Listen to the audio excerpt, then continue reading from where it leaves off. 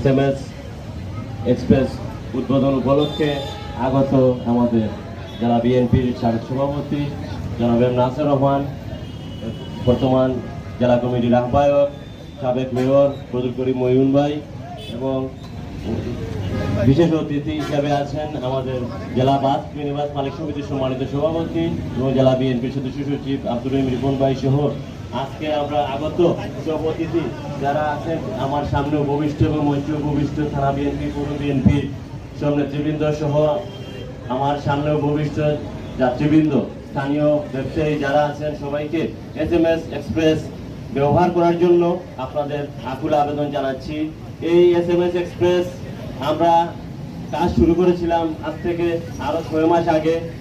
মৌলভীবাজারবাসীর দীর্ঘদিনের যে দুর্ভোগ দুর্দশা লাঘবের কারণে আমাদের কাছে প্রচুর মানুষ আমাদের কাছে দাবি জানাচ্ছিল যে আমরা কি জন্য এই পরিবহন সেক্টর নিয়ে কাজ করতেছি না।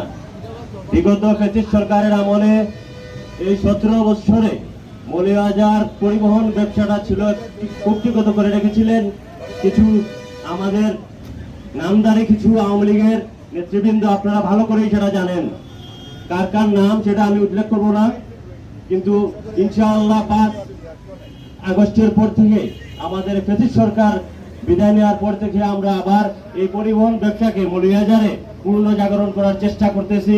আপনারা আমাদের সবাই সাথে থাকবেন এবং আজকে আমাদের এমপি সাহেব যে বলেছেন এবং আগামীতে যে বক্তব্য রাখবেন আমরা অবশ্যই এটা ইন্সপায়ার হয়েছি, আমরা সাহস পেয়েছি যে আমরা আগামীতে ব্যবসা আরো সমৃদ্ধ করবো ইনশাআল্লাহ। এ বলে আমি আমার বক্তব্য শেষ করছি।